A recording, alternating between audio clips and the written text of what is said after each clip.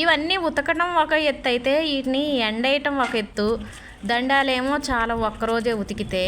ఇక దండాలు జాలవని పైన ట్యాంక్ దగ్గరే 2 బకెట్లకి నీళ్ళు పట్టేసి డాబా పైన పిట్టగోడ ఉంటుంది కదా, దాన్ని శుభ్రంగా కడిగేసి దుప్పట్లన్నీ ఇట్లా వేస్తున్నాను. మీకు డౌట్ రావచ్చు, అక్క ఉండేదేమో మీరిద్దరూ ఈ దుప్పట్లన్నీ వాడుకుంటారా అని. మేమిద్దరం వాడుకునేవి 4, కానీ పిల్లలు, అక్క వాళ్ళు, అక్క పిల్లలు, మనవరాళ్ళు వీళ్ళందరూ వస్తారు కదా, వచ్చినప్పుడు వాడుతూనే ఉంటా అన్నిటినీ.